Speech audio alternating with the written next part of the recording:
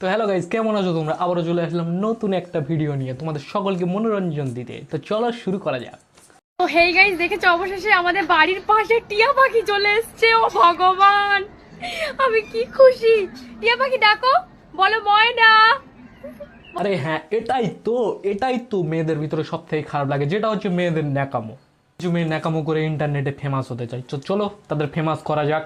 বলো দোকানে যাই না, বলো প্লিজ, একটু বলতে বল না প্লিজ। দেখো গাইস, টিয়া পাখি কি সুন্দর দেখতে। হাই হাই হাই, আমার কাছে আসছে না কেন?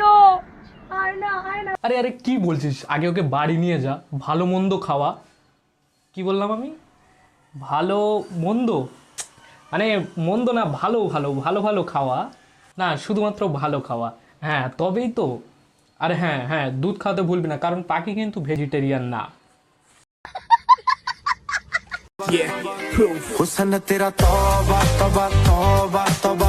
আরে বাহ পাড়া বাহ, রাজ্য যাক মাছ তাদের, তুমি এখন তোবা তোবা গানে ড্যান্স মারাও, সাবাস, চলবে।